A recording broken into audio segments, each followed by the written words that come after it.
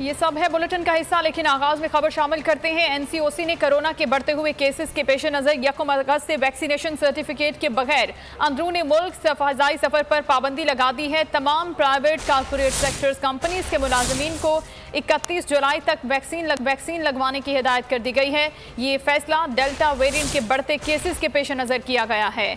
NCOC एलामिया के मुताबिक delta virus Indian virus है जो इंतहाई खतरनाक है। मुल्क में डेल्टा वायरस के केसेस सामने आने लगे हैं जो कोरोना की चौथी लहर भी हो सकती है।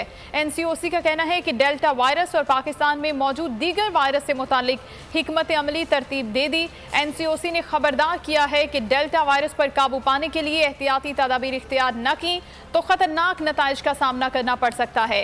एनसीओसी ने हिदायत की कि प्राइवेट कारपोरेट सेक्टर्स, छोटी दरमियानी और बड़ी इंडस्ट्री, जबकि ज़राअत, मीडिया, वकला, फैक्ट्री मजदूर, मार्केट में काम करने वालों को 31 जुलाई से कबल वैक्सीन लगवाई जाए।